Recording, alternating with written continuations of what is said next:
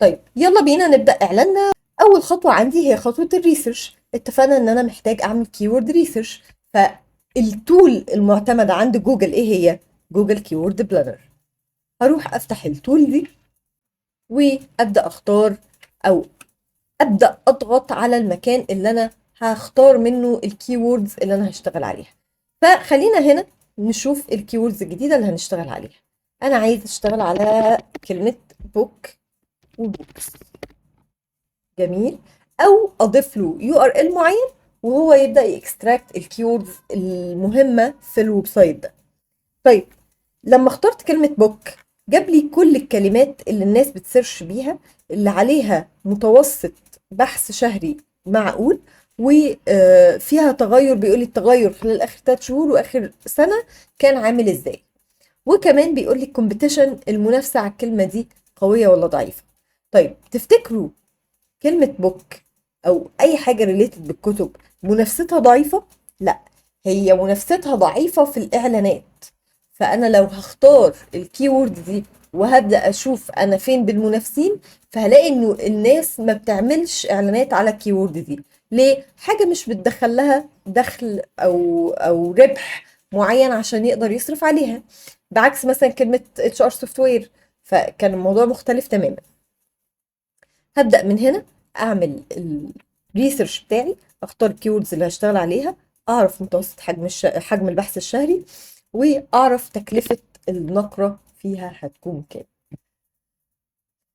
طيب دي أول تول بستخدمها. التول التانية كيورد ماجيك تول. ولو هتسألني أبدأ بإيه؟ ابدأ بالكيورد بلانر من جوجل لو مفتوحة عندك. لو مش مفتوحة ابدأ دور على أدوات تانية، لكن لو مفتوحة يلا دوس واشتغل عليها هي بس. هبدأ أعمل إيه؟ هبدأ الأول أفتح الكيورد بلانر دي من سيمرش واكتب فيها الكيورد اللي أنا عايزة أشتغل عليه. هبص على إيه أهم حاجة؟ هبص على الفوليوم، حجم البحث عن الكيورد دي. هنا اداني بدايل مختلفة شوية، اداني فاريشن أكبر شوية، وبدأ يقول لي كل كلمة منهم هي حجم البحث عليها قد إيه، والديفيكالتي صعوبتها قد إيه، وكمان تكلفتها هتبقى قد إيه. بس تاخد بالك إن هنا محسوبة بالدولار. يبقى دول الثلاث حاجات اللي احنا بصينا عليهم: حجم البحث عن الكلمة، والسي بي سي كوست بير كليك، ده مصطلح هتلاقوه بيتكرر معانا كتير قوي، تكلفة النقرة الكليكاية الواحدة. طيب صديقنا الصدوق في كل شغل جوجل سيمرش عامل تول لطيفة جدا جدا. التول دي اسمها Advertising Research. التول دي بتعمل ايه؟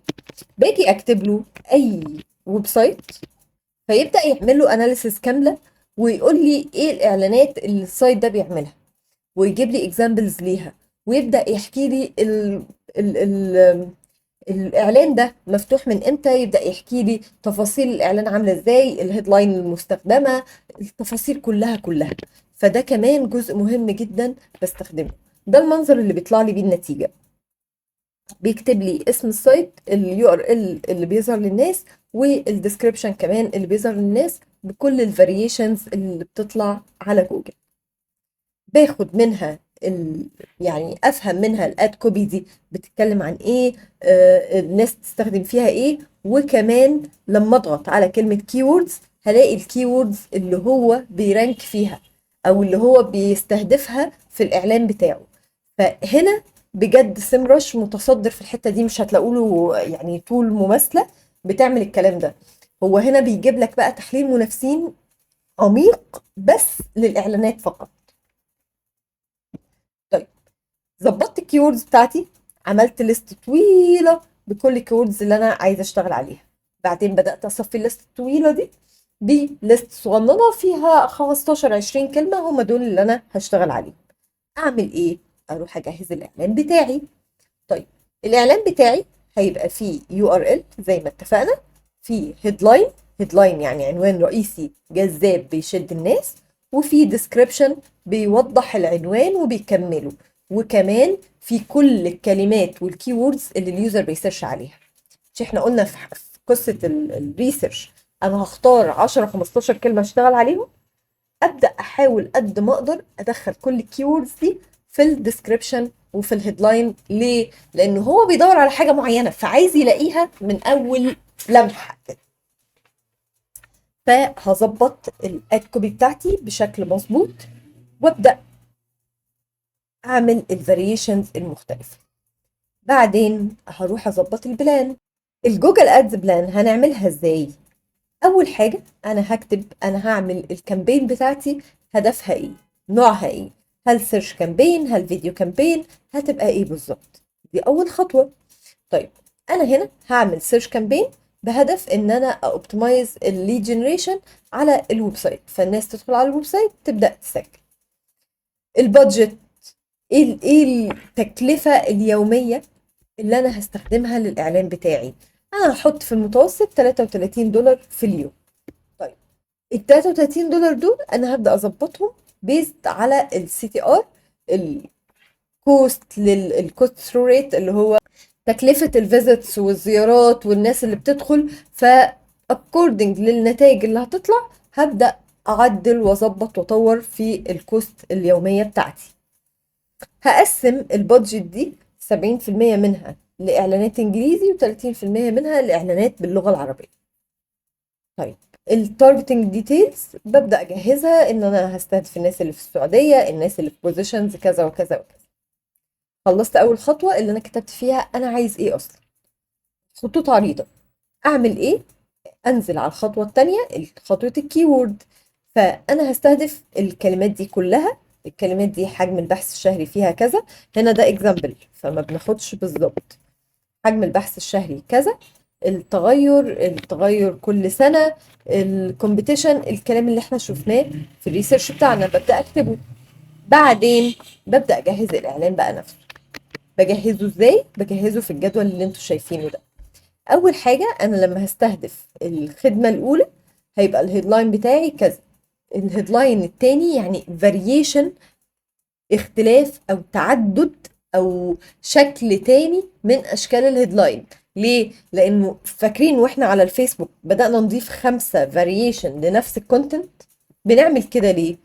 عشان اليوزر اللي ما بيحبش الطريقة دي يحب الطريقة دي، واللي ما بيحبش المدخل ده يحب المدخل ده. فبالتالي لما يشوف اكتر من هيدلاين بيتم توزيعهم على اليوزرز according للاي اي، وهو شايف اليوزر بيحب ايه وبيهتم بايه اكتر وبيتفاعل مع ايه اكتر، فانا بدي الاداة اللي انا بعمل عليها الاعلانات سواء جوجل ادز او ميتا او اي سوشيال ميديا بلاتفورم، بديهم ادوات يشتغلوا هم كمان بيها، مش انا بس اللي بشتغل. والديسكريبشن ببدأ احضر اكتر من نسخة للاعلان. كل نسخة فيهم ب3 هيدلاين وديسكريبشن وكول تو اكشن. انا حضرت البلان بتاعتي او الكونتنت بتاعي، ابدا اظبط اللاندنج بيج. ننزل على خطوة اللاندنج بيج. هل اي صفحة بياعة؟ للاسف لا. طيب ايه اللي يبقى بياع؟ ايه اللي انا محتاجة اعدله واظبطه على الموقع بتاعي عشان الصفحة دي تبدأ تبقى بياعة والناس تبدأ تنجيج معاها ويتفاعلوا ويشتروا فعلا؟ ابدأ افكر هل لو انا حطيت له فورم في الاول كده هيفهم وهياخد اكشن، ولا هو محتاج يقرا شوية بعدين اقول له خد الفورم املاها. هل مثلا انا محتاجه اضيف تفاصيل معينه عن المنتج، اخلي الفيجوال بتاعي متناسق بشكل معين، اخلي فيه سعر ولا ما اخليش. تفاصيل كتير قوي انا محتاجه ابقى مركز وانا قاعد ببني صفحتي. ليه؟ لان دي صفحه بيع، صفحه اكشن، صفحه انا بدفع عشان الناس تدخل فيها عشان في الاخر اخرج بمخروج. فانا المخروج ده محتاج يعني اقل عدد من الخطوات اللي اليوزر ياخدها عشان يعمل الحاجه الاكشن اللي انا عايزاه يعمله. فانا هنا ممكن اللاندنج بيج بتاعتي يبقى شكلها مختلف شويه عن الويب سايت بشكل عام. ممكن اللاندنج بيج تبقى فيها تفاصيل اكتر، زي مثلا انا مش بحط ريفيوز في المنتجات في صفحه المنتجات، لكن انا عارف انه الكاتيجوري ده مهم عندي، يبقى انا هحط ريفيوز تحت انه ناس استخدمت البرودكت ده قبل كده وبدات تتحسن وصحتها تتحسن. فبقت هنا الجزء بتاع الريفيوز جزء مهم. مثلا في لاندنج بيج هيبقى مهم فيها ان انا اكتب ديسكريبشن واحكي له قصة حياته، هتلاقي ده مهم. فهنا بتختلف من صناعة لصناعة. بس في الاخر حاول في اللاندنج بيج يبقى فيه مشكلة العميل واضحة وحلها واضح، الخطوات والإنجازات اللي أنت عملتها، اللي هو مثلا شنطة، إحنا بنبيع شنط، فالإنجاز بتاع الشنطة إن هي خلت صاحبتها تبقى شيك قوي، فبالتالي أنا محتاج أظهر التفاصيل دي. أظهرها فين؟ في اللاندنج بيج اللي بتخلي العميل ياخد أكشن. نرجع تاني للبلان. اللاندنج بيج انا هعملها ازاي؟ انا هخليها باللغتين عربي وانجليزي. آه، هظهر التليفون وهظهر الدايركت، او هظهر التليفون بتاعي عشان اللي عايز يكلمني بشكل دايركت يبقى الموضوع متاح معاه. وبعدها انا عايزه اظبط البادجت بتاعتي هتبقى عامله ازاي. فهقول تقريبا انا هشتغل ب$1000 في الشهر. طيب ال$1000 دول according ل keywords، انا هستهدف بعض الكيوردز شورت تيل، يعني كيورد قصيره هتبقى في رينج من 2 ل $5، واللونج تيل هتبقى من 1 ل $2. هاخد المتوسط بتاع الكيوردز كلها وهقول ان انا ماكسيمم الكليكايه هتكلفني $3 ومينيمم هتكلفني $2. طيب حلو قوي. انا استيميتد الكليكس عندي هتبقى قد ايه؟ هتبقى 5%، يعني تقريبا 330 كليك. ماكسيمم 330 كليك، مينيمم لا احنا هنا عاكسين بقى، احنا هنا عاكسين. مينيمم 330 كليك، ماكسيمم 500 كليك. طيب على افتراض انه الكونفرجن ريت، نسبة التحويل من مجرد زيارة لانه يبقى ليد، هتبقى 5% ل 7% ماكسيمم. يبقى في الحالة دي انا هيجي لي كام ليد من ال 300؟ هضرب ال 300 في ال 5% هيجي لي 16 ليد، وهنا هضرب ال 300 في ال 7% هيجي لي 35 ليد. يبقى انا على الاقل هيجي لي 16، وعلى الاكثر هيجي لي 35. كده تقريبا تكلفة الليد الواحد هتبقى $60 بالكتير قوي، وهتبقى $28 بالقليل قوي. هل انا كبزنس، هل انا كبرودكت او كخدمة بقدمها الرقم ده مناسب بالنسبة لي؟ طيب انا النهاردة ببيع منتج ب1000 جنيه، 1000 جنيه يعني $20 اصلا، هصرف عليه $28؟ مش منطقي. لكن لما ابقى ببيع منتج مثلا بروجكت هندسي كبير، البروجكت ده ممكن يدخله في 100,000 جنيه، واجي اقول لك الليد الواحد يقف لي ب60 جنيه، ب$60، سوري $100,000، واجي اقول لك الليد هيقف لي ب$60، فخلاص عادي. ليه؟ اعمل حسابك في حاجه كمان، انه الليد ده هو لسه ليد، هو لسه ما اشتراش، يعني انا هحط له كونفرجن ريت تاني عشان يتحول من ليد لبرشس تامه، خلاص لبيعه تامه. فنقول مثلا انه البيعه هتكلفني $600، فيا ربي ده رقم كبير قوي. رقم كبير بالنسبه لمين؟ نبدا نسال.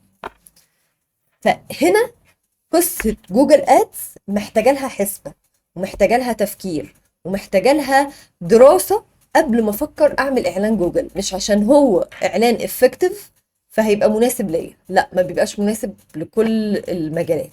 بيبقى مناسب جدا في المشاريع الكبيرة، المشاريع الضخمة، المشاريع اللي بتاخد وقت ومجهود وبتاخد تيم وبتبقى عايزة يتصرف عليها فلوس كتير. لكن مش مناسب اطلاقا للاي كوميرس العادية الصغيرة اللي هي ايه لسه بتبدأ وبتستارت وكذا. لا، مش هتلاقيه مناسب. هتلاقيه مناسب مع الاي كوميرس زي امازون وسوق وامازون وجوميا وكذا. ليه؟ خلاص دي بلاتفورمز كبيرة، عندها قدرة اعلانية ضخمة، عندها بادجت مخصصة بس للكلام ده، عارفة يعني اليوزر بيدخل بيشتري اكتر من برودكت، بيدخل بقدر اعمل له ريتنشن واقدر اجيبه مره واثنين وثلاثه، فعوض التكلفه اللي انا اتكلفتها.